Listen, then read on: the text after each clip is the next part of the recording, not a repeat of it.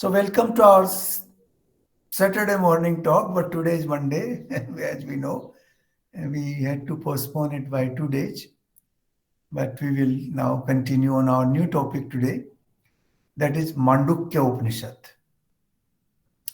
Now, this is a very profound Upanishad. Of course, all the Upanishads are very profound, but this is particularly more profound.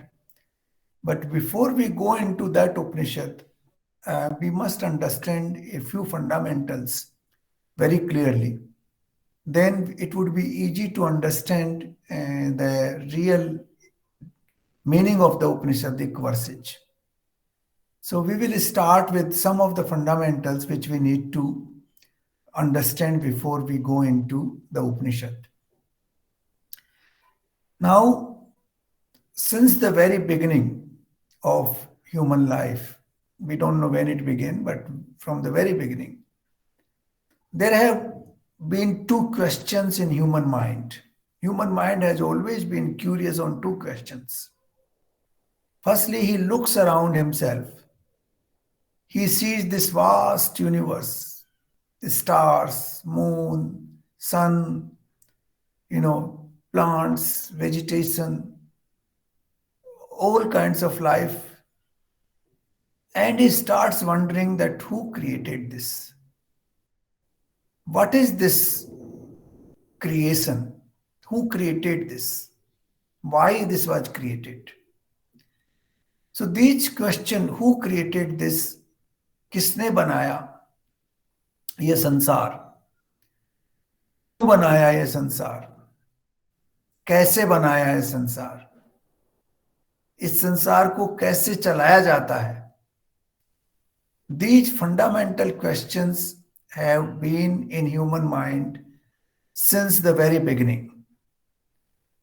And he has been trying to find an answer to these questions. After thousands of years, today also we are trying to find that answer. Because the question arises, if somebody made this world, then who made that person who made this world? And this will continue backwards infinitely with no final answer. And then the question arises, why did he make it? This is the whole world is, full of troubles, problems. People come here, they suffer, they have illnesses, they have old age, they die. Why did he make all this? People kill each other, they fight against each other. Why this world was made? And is it actually run by somebody? Or is it the people who are living here, they run it? So these are what we call fundamental questions of our existence. That is the first question. That what is this world? What is this sansar? क्या है? इसको किसने बनाया? क्यों बनाया? कैसे ये run करता है? The second question, which is again very fundamental, is that who am I? मैं कौन हूं? मैं कहां से आया? मैं क्यों आया इस संसार में? मेरा जन्म क्यों हुआ? मैं बचपन में कैसे रहता हूं, फिर मैं अपने आप बड़ा हो जाता हूं, मेरी जवानी आ जाती है, फिर मेरी वृद्धावस्था आ जाती है, फिर धीरे धीरे मैं मृत्यु की तरफ बढ़ता चला जाता हूं, मृत्यु हो जाती है, इस बीच में बहुत सी घटनाएं होती हैं. ये सब क्यों है? क्या रचना है ये? क्या है? So these are two fundamental questions which have arisen in human mind since the very beginning. And all the Upanishads have addressed themselves to answer these two questions. They begin with these questions. They say, what is this Brahma? ये संसार क्या है? ये विश्व क्या है? Who am I? These are the two fundamental questions in each of the Upanishads, 108 of them. And they try to answer these questions in their own way. Each Upanishad has its own technique, its own what you call system of answering these questions. And these answers are not uniform. Because, for example, you want to point out to somebody the address of your house. Now, of course, we have this what we call GPS or Google system. But before that, if you are walking in the street and you want to find out somebody's house, then he will say, oh, my house is next to the hospital. Which hospital? Lilavati Hospital. Now, the person doesn't know where is Lilavati Hospital. So the Lilavati Hospital is next to the train station. Which train station? So then he will say this particular train station. And then slowly, you will be able to identify the location where the house is. Because once you find one particular, what you call landmark, which is known to you, you can identify the location. So you need to reach to that landmark. And Upanishads are trying to give you those landmarks to reach the Brahman or to understand the Brahman. They give you different landmarks. Different Upanishads give you different landmarks. Whichever landmark is suitable for you, you can reach through that landmark to the domain of Brahman. So this is what Upanishads are doing, and this is what Mandukya Upanishad is also doing. It will have its own method of reaching the Brahman. So this is the first fundamental I wanted to mention, that these two questions are fundamental. Each of the Upanishads is trying to answer these questions, and they have their own landmark, their own method to reach the ultimate truth. And that is how each Upanishad is different. It is the same in the final mission, but it is different in the path. The paths are all different. So Mandukya Upanishad has a different path than say Kena Upanishad or Mundak Upanishad. Now the second point which I want to mention before we enter the Upanishad itself. The modern science also says it, that nothing can be created, nothing can be destroyed. Not even a small particle of dust can be created, nor can it be destroyed. They can be transformed, they keep transforming, but they cannot be destroyed. This is the scientific truth today, which has been established, but it was established long back in Upanishads, that nothing can be created, nothing can be destroyed, everything transforms itself in different ways. Now, the world which is exists, it means it cannot be destroyed. It has existed forever. It is only changing. So the fundamental truth is that this world which is existing today, which we see, was always existing in some form, not the current form, always existed in some form, because it cannot be created out of nothing, it cannot be destroyed, it cannot be reduced to nothing. That is impossible. That truth gives us another truth, that this world always existed in some form or the other. The form has been changing, but not the existence. So the world existed. That is the second fundamental we have to understand.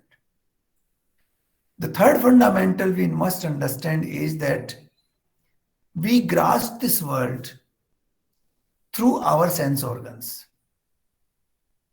Our eyes enable to see the form and then transmit a message to our brain, where our mind is able to grasp this world. The sense organs take these objects without the mass inside your brain, and then the mind understand the world. For example, you look at a, a laptop. Now, the eyes look at the laptop and then it takes the image of the laptop into the brain without the mass, and then the brain understands how the laptop looks like. Similarly, we hear the sound. You hear the sound of a bird or a dog. You differentiate those sound, that this is the dog sound, this is the bird sound. And then that sound goes into your brain and you understand the dog is barking or the elephant is, you know, making the sound, or the cow is making the sound, or some bird is making the sound. So you are able to distinguish various sounds through your organ of ears, hearing. So all the five sense organs, the organ of sight, hearing, touch, smell, and taste, they all enable you to understand this world. They give you the first information about the world.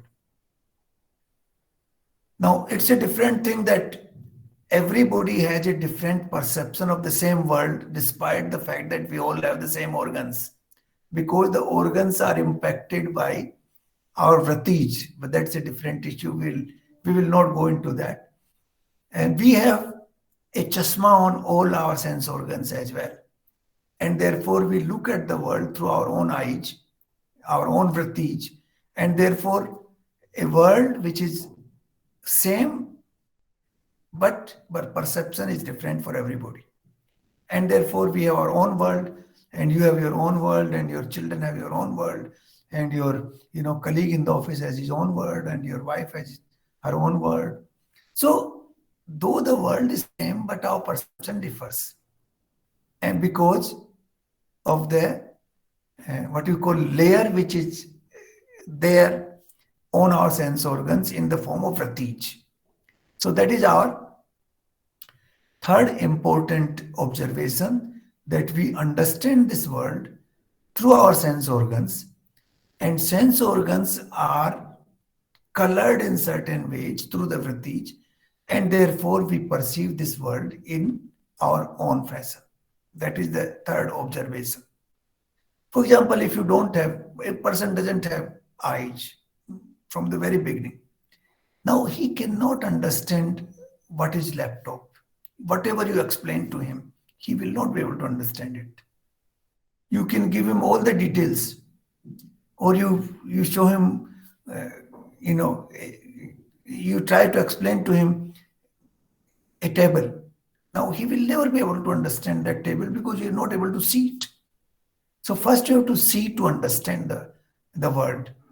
A person who is not able to hear, for example, whatever description, you can't even give a description because you will not able to hear anything. So his world is different.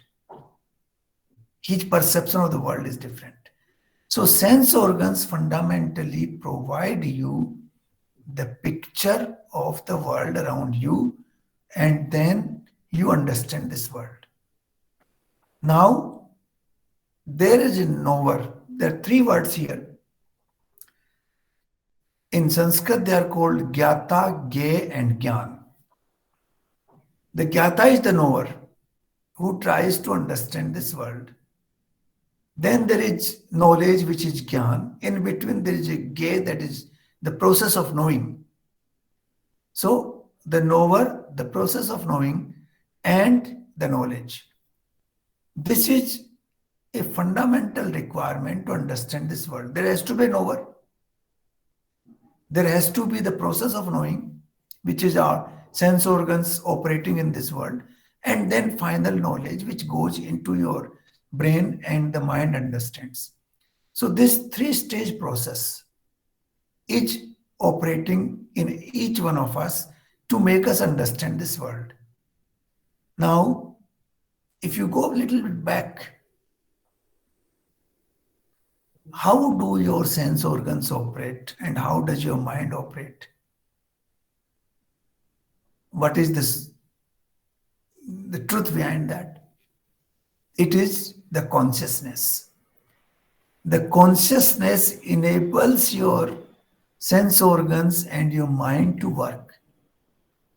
So it is the consciousness which enables you to understand the world. Once the consciousness leaves your body, your sense organs cannot perceive this world. Your mind cannot understand this world. This world disappears from the horizons. There's no world anymore. So it is the consciousness which enables you to understand this world. I hope I'm clear here because this is very important part. So these are four fundamentals that from the very beginning, the humanity has been finding answer to these questions. What is this world? And who am I? And then they try to get this answer. Upanishads are working on that. They are addressing this issue from the very beginning. This is the objective of each of the Upanishad to explain this. Then our sense organs give us a picture of the world. The knowledge comes to us through the sense organs. The knower, that is we, get this knowledge through our sense organs. The sense organs have limitations that we discussed in the past. Even there are many, many limitations. Of course, one of the limitations is vritti, but even otherwise, a child's sense organ are different. The child perceives this world differently. A female perceives it differently. A male perceives it differently. A young perceives it differently. The old perceives it differently. So there are many, many variations in our sense organs. So we all have our own world as a result, because our perception is dominated by a variety of things. So this is the thing. Behind the perception, how the sense organ, how the mind works, is the consciousness. So there's a link between the consciousness and the world outside. As long as consciousness enables us to understand this world, we understand. When consciousness doesn't allow that, we don't understand the world disappears. And this is how the Mandukya Upanishad will deal with this issue in a very, very, what you call scientific way, a very fundamentally scientific way. We'll get into that slowly, slowly. Now, there's another truth we must understand that that is in Bhagavad Gita we have this, verse which we have understood before. नास्तो विद्यते भावो ना भावो विद्यते सत, कि असत का कोई अस्तित्व नहीं है. The thing which does not exist has no existence. And सत का अभाव नहीं है. Whatever is existing everywhere. Now this particular verse of Bhagavad Gita will be very useful when we understand Mandukya. सत्य का अभाव नहीं है. सत्य इज एग्जिस्टिंग एवरीवेयर एंड असत का कोई एग्जिस्टेंस नहीं, वो कहीं एग्जिस्ट नहीं करती. Now that will slowly come in our process of understanding this Upanishad. Now, one more point which I want to mention before we go into the Upanishad is that everything is in the form of non-manifest in the beginning, then it manifests, and then again it becomes non-manifest. Like myself, I was not here in this world. I was in non-manifest state before my birth. Then I appeared. I was manifested. व्यक्त हो गया, व्यक्ति बन गया. व्यक्त व्यक्ति, अव्यक्त से व्यक्त, व्यक्ति. And then after my death, I will be no longer there. So I'll again become avyakt. So everything is avyakt, then it becomes vyakt, and then it becomes avyakt again. That is the cycle of all the things which we see in the world. There is nothing in this world which can escape this cycle. You see a tree today, the tree was non-existent before. then it existed, and it will disappear after some years. It will die, it will disappear. Similarly, if you look at even at the earth was not there before, it has appeared, it is there now. After maybe millions of years or billions of years, it will disappear, it will no longer be there. So every existence which is visible to our sense organs, or which is understood by our sense organs today, has these three facets: avyakt, vyakt, and then again avyakt. This is a continuous process which is followed in this existence. Now, when it is avyakt, this is a very important point which we must understand. When it is avyakt, it exists in some form, because nothing can be destroyed, as we understood. Nothing can be destroyed. It does exist. Now let us take the example to understand this point. The fundamental of existence cannot be separated from the form. When I am in the form today, even then that avyakt has to be part of me. Otherwise, I cannot be vyakt. Without avyakt, vyakt is not possible. So avyakt is part of the vyakt all the time, constantly. Now, to give you an example, for example, you have a gold ornament. The gold ornament and gold cannot be segregated. You have, for example, a necklace, gold necklace. You melt the necklace and you make ring or chudi or whatever you want to make. Now the necklace has disappeared and the ring has come, but the gold was there in the necklace and gold is there in the ring. Now, if I tell you, please take the gold out of the ring, can you do that? Or take the gold out of the necklace, can you do that? The gold is inherent part of that. It cannot be taken out. It has to be there. Let me give you another example. There is a ocean, for example, or there's another water body, lake, there's a pond, all these water bodies are there. Now these water bodies are water bodies because there's water. The water is the inherent content. There's no ocean without water. There's no lake without water. There's no pond without water. If you have a pond without water, it's only a dug up hole. It's not a pond, or it's only a place. That's it. So water is the inherent requirement of all the water bodies. Ocean, समुद्र में भी पानी हो चाहिए, otherwise there is no समुद्र. Lake में भी, झील में भी पानी चाहिए, नहीं तो कोई झील नहीं है. कुआं है तो उसमें भी पानी होगा तो ही कुआं कहलाएगा, अदरवाइज तो खड्डा है एक. So basically the water is the inherent requirement of these bodies. So water is there, as the gold was there in the gold ornament. So look at another example to understand it better. We create a house.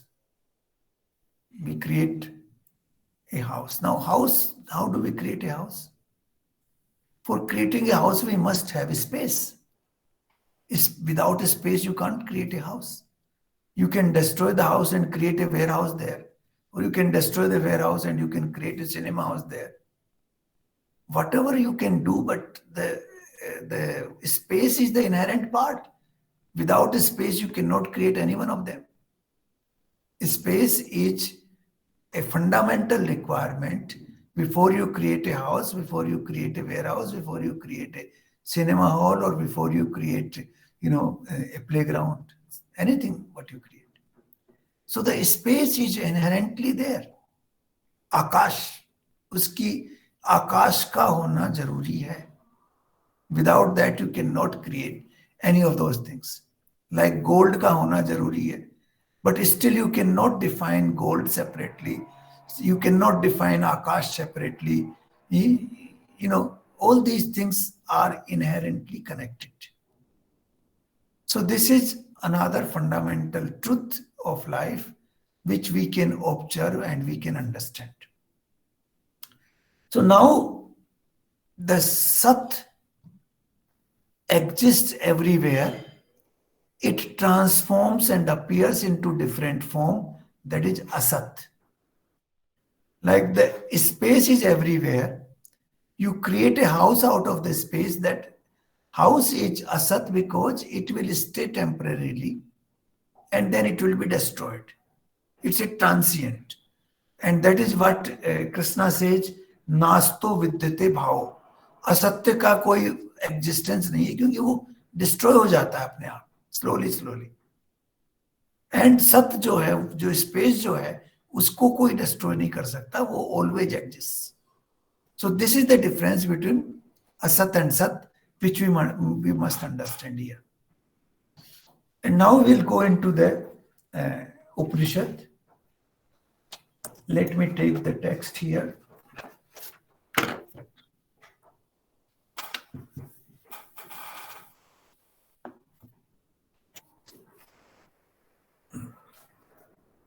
Now, every Upanishad starts with a Shanti part.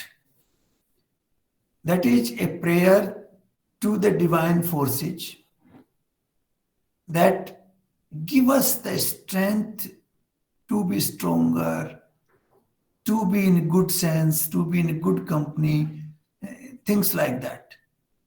So this Upanishad also starts with a Shanti part. And I will read out this in Hindi because my Sanskrit pronunciation is not that great and I may not be able to pronounce it correctly. So I would like to read it in Hindi. हे देवगण, हम कानों से कल्याणमय वचन सुने. कानों से कल्याणमय, अच्छे वचन सुने कानों से. क्यों? अगर गलत वचन सुनेंगे तो आपका इनपुट गलत जाएगा. जैसे गलत खाना खाएंगे तो शरीर बीमार हो जाता है, उसी तरह से गलत वचन सुनेंगे तो आपके मस्तिष्क में गलत ख्याल आएंगे. तो कानों से कल्याणमय वचन सुने. यज्ञ कर्म में समर्थ होके नेत्रों से शुभ दर्शन करें. नेत्रों से अच्छा देखें, अच्छी चीजें देखें. अगर बुरा देखेंगे तो हमारे को संभावना है कि हमारे माइंड में, हमारे मस्तिष्क में, हमारे मन में बुरे विचार आने लगे. तो अच्छा सुने, अच्छा देखें. फिर कहते हैं कि हम स्वस्थ रहें, हमारे शरीर स्थिर रहें और हमारे जो अंग हैं वो स्वस्थ रहें. ये इसलिए जरूरी है, ये हमने पहले भी डिस्कस किया है कि the body is the vehicle of our transportation in this journey of life. And if we keep this body in good health, good shape, then our journey of life becomes easier. And then we can perform this journey in a delightful manner, and also with better understanding of life. So they are praying here कि हम कल्याणमय वचन सुने, कल्याणमय अच्छी चीजें देखें और हमारा शरीर स्वस्थ रहे. हम और शरीरों से स्तुति करने वाले हम लोग देवताओं के लिए हितकर आयु का भोग करें. इस शरीर तो स्वस्थ रहेगा, naturally you can have a longer life. So that is what they are, praying for, that I can have a longer life with good body so that I can understand the world properly. Then they talk about, there were certain goats which were,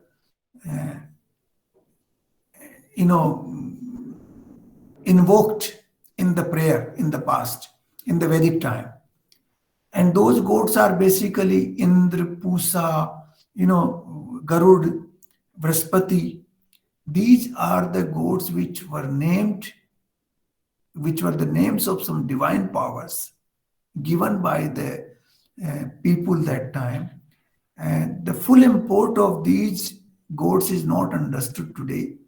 But those people were able to invoke those divine powers to request them to give you the requisite strength. So ये कह रहे हैं कि महान कीर्तिमान इंद्र हमारा कल्याण करे, इंद्र हमारा कल्याण करे, परम ज्ञानवान पूसा हमारा कल्याण करे, जो आरिष्टों के लिए चक्र के समान है वह गरुड़ हमारा कल्याण करे, बृहस्पति जी हमारा कल्याण करे. So they are invoking 4 divine powers here: Indra, Pusha, Garud, and Vraspati. And they are requesting these 4 divine powers to give them requisite strength to move properly in life, to move meaningfully in life. So these are the 2 prayers which have been made here. First part is that कल्याणमय वचन सुने, कल्याणमय चीजें देखें, अच्छी चीजें देखें, हैं, हमारी body स्वस्थ रहे, हमारी आयु अच्छी हो, दीर्घ हो. And then they are requesting these 4 divine powers to move forward and give them this strength so that they can, spend the life usefully. So this is what they call Shanti Path. This is the beginning of every Upanishad. You will find a Shanti Path, which could be on the same line or slightly different. So this is the Shanti part of Mandukya Upanishad. Now we will go to the first verse number 1. Now we'll take 3 verses together and then we'll go into the details. I think 3 verses are very fundamental. Actually, each verse is fundamental, but they give a what you call context to the entire Upanishad. The first verse is Om yeh akshar hi sab kuch hai. Om yeh akshar hi sab kuch hai. यह जो भी भूत, भविष्य और वर्तमान है उसकी व्याख्या है. ओम उसकी व्याख्या है. Whatever existed in the past, present and will exist in the future, Om is defining that. इसलिए यह सब ओंकार ही है, इसके बिना जो अन्य त्रिकालातीत वस्तु है वह भी ओंकार ही है. So whatever is in existence now, whatever has been in existence in the past, or whatever will come in the future, or if there is anything beyond that, that is all Om. Now that is the beginning of this this Upanishad. Now, this is, I think we must understand this properly, because Om is a sound. It's not a word. It does not have any specific meaning. It is the combination of A, O, U. Om. A, O, Ma. A, O, Ma. A, U, Ma. A, U, Ma. These are the 3 letters. A, U, Ma, Om. This is the combination of the 3 letters, which actually has been perceived as the most fundamental truth by the Vedic seers. All the Vedic seers have understood it as the fundamental truth of our existence. In Bhagavad Gita also, chapter 17, I think verse number 27, it says Om Tat Sat. यही परमात्मा का नाम है. ये 3 परमात्मा के नाम है, ओम, तत्, सत. This is the name of Paramatma, and everything revolves around that. That is also mentioned in Bhagavad Gita, chapter 17.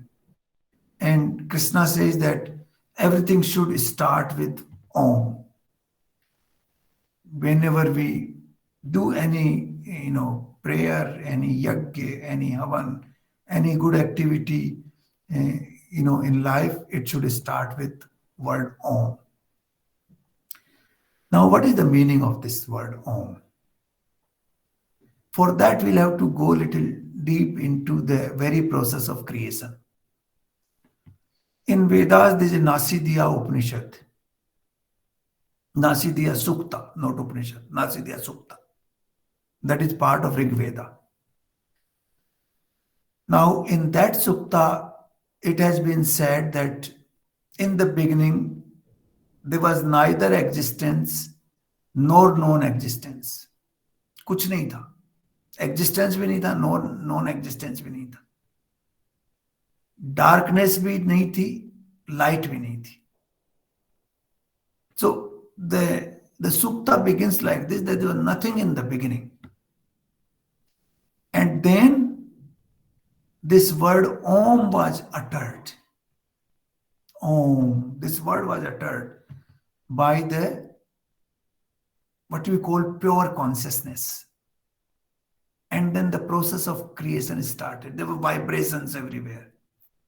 The vibrations converted into energy. And the energy started creating things.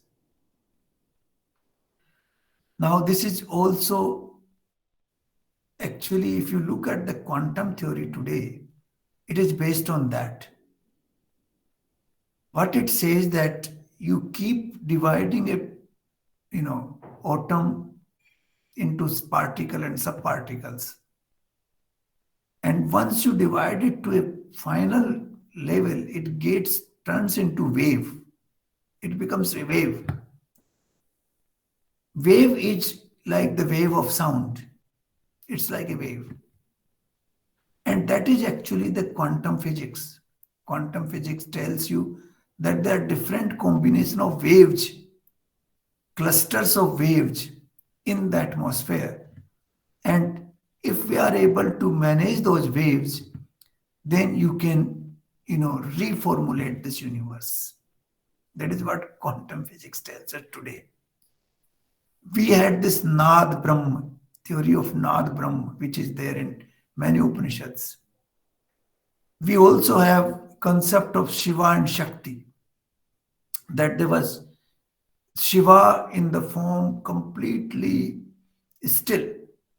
It was stored energy in the form of complete storage, but no movement at all. Stool, completely stool. And then the Shakti came and moved the what you call, the movement started. The vibrations came. And those vibrations led to the creation. Those vibrations used or ignited that power which was sleeping, which was dormant in the form of Shiva.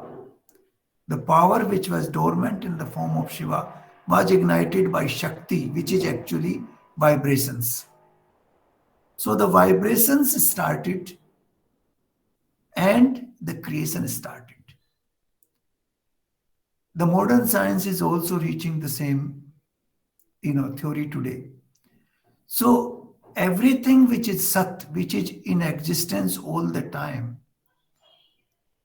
is moved by this vibration, the word Om.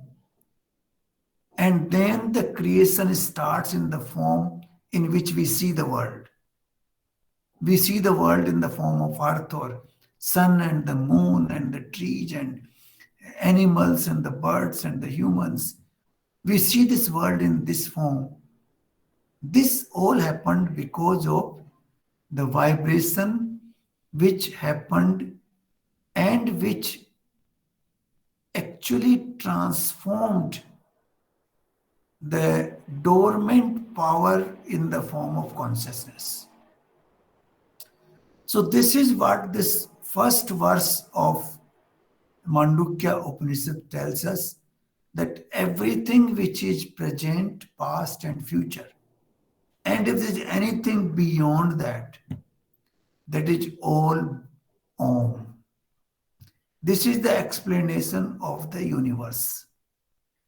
The first explanation, the first question which I mentioned in the beginning, that we are curious to know what is this universe, who made it, how it was, how it came into existence. So this is the explanation to that question, that everything that exists is Om, whether it is present, past, or future. And the Om is a sound vibration. It is not a word, it is a dhvani. That dhvani actually worked upon the stored energy, the stored dormant power, Shakti, the Shiva.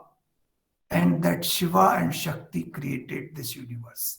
That is the first verse of this Upanishad. What is the explanation of the universe itself? Now we will take the second verse.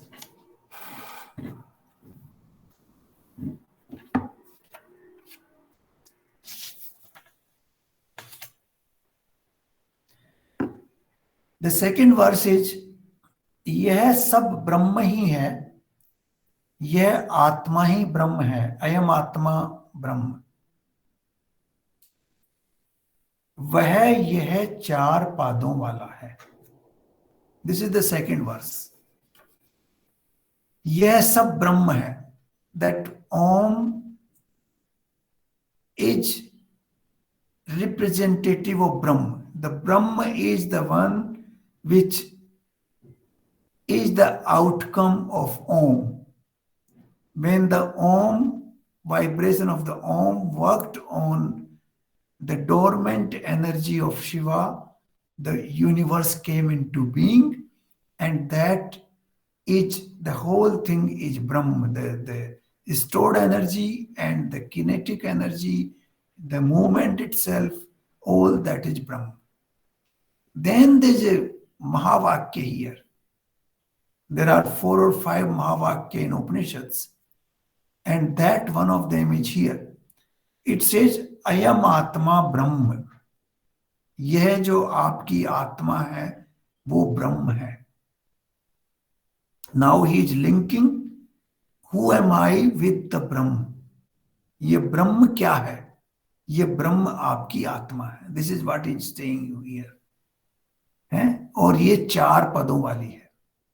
That is the explanation which will come forward. The first is what is Brahma. Om is Brahma, present, past, future. This is also told by Krishna in Bhagavad Gita. This has also been told in many other Upanishads.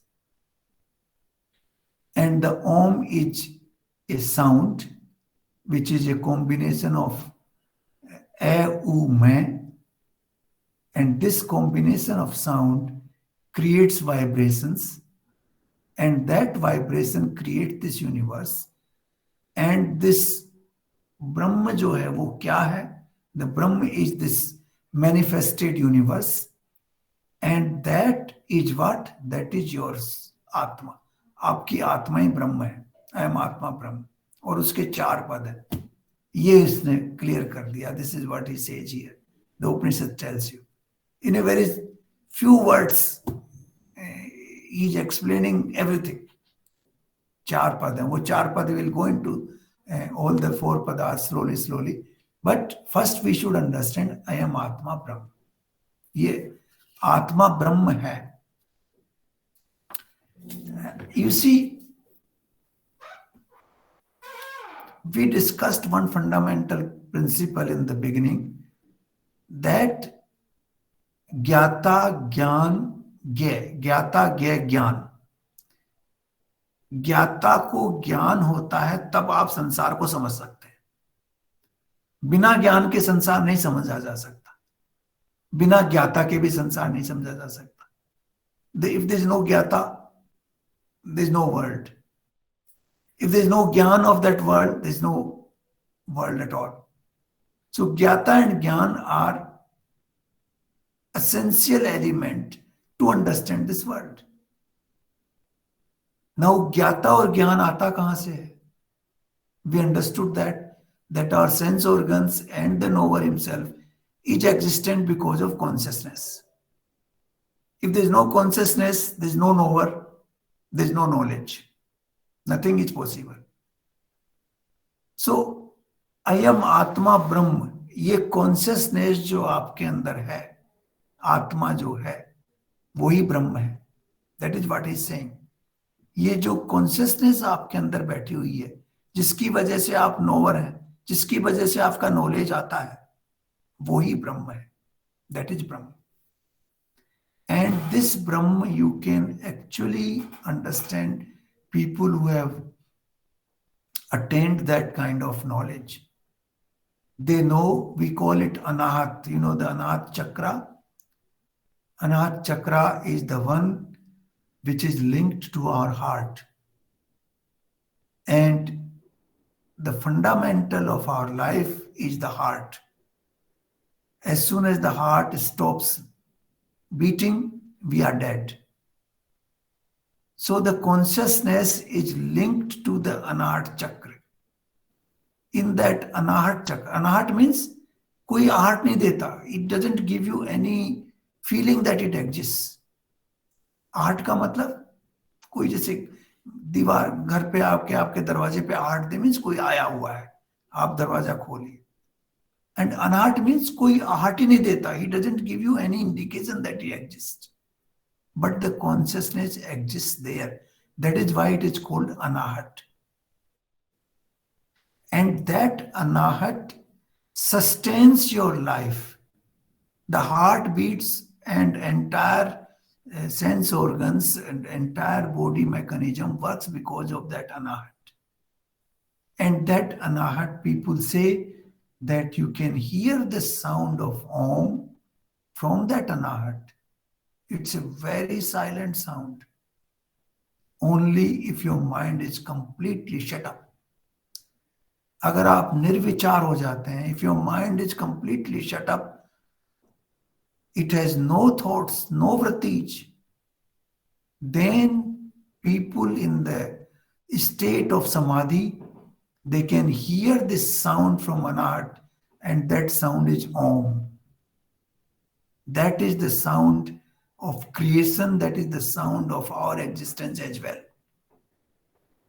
So, the first two verses of this Upanishad tell us what is this sansar, what is this universe, and then who am I? Straight away. The two questions have been addressed straight away, one after another. And then there's explanation which we will go into details in the next session. The four paths, चार पदों वाला है. We will understand those in the next session. So let me repeat here again. This Mandukya Upanishad addresses these two fundamental questions. What is this universe? It tells us the universe is Om. Present, past and future, everything is Om. Om is A-U-Me, which is a sound vibration. The sound vibration works on the stored energy, the Shiva. And this is works like Shakti. So it is the movement which creates all the visible existence. Like the ocean is lying dormant, and when the wind comes, the vibrations create and the waves come. So the waves are arising in this vast ocean of consciousness through this word Om, the vibrations of Om. And then this world becomes visible. And that is the universe. The visible Bhoot, we call it Mahabhoot, Panch Mahabhoot. And Bhoot means whatever is visible, whatever is sensible. Let's use the word sensible, not visible. Because whatever you can sense in this world, has origin because of the word Om. Otherwise, everything is avyakt. Vyakt comes because of the Om, then again it goes to avyakt. So, avyakt, vyakt, and then avyakt. So, the Om creates this manifestation from the pure consciousness, and therefore the entire creation is Om. That is what it says. And as I mentioned, modern science also says the same thing.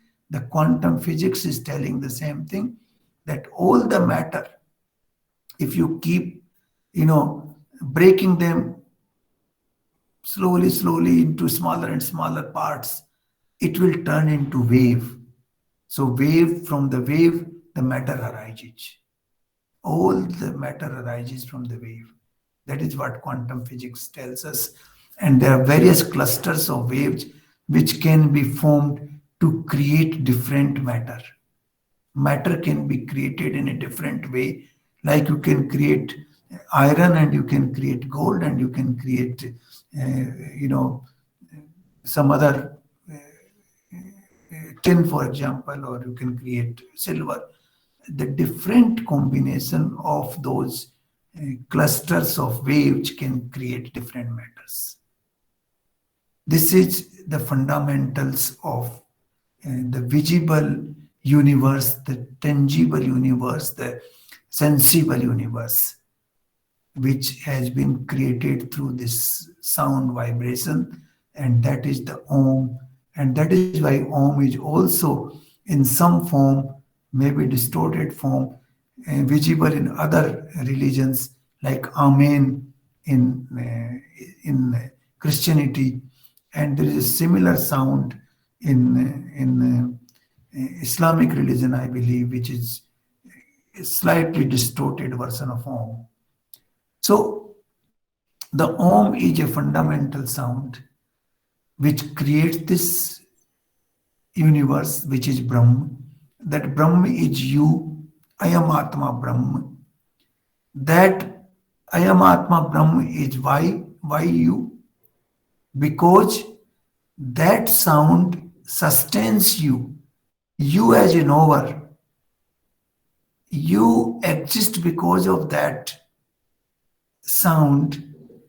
You perceive this world because of that sound, and you are alive because of that sound. That consciousness combined with Om keeps you in this state. And that is how you understand this world from your,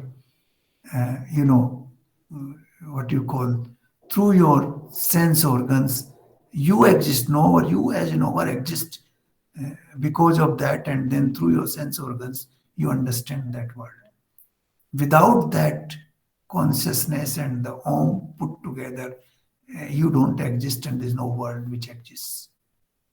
So therefore, you represent the Brahm, you are the Brahm, and that exists, that Brahm or Atma exists in 4 different phases, which we will go into detail in our next session. So I would like to stop here, because this is a very profound, explanation of the universe and the self. So we have to meditate over it. I would request all of you to think it over seriously and jot down the important points. Then you will realize that what it says here is absolutely right. Thank you very much.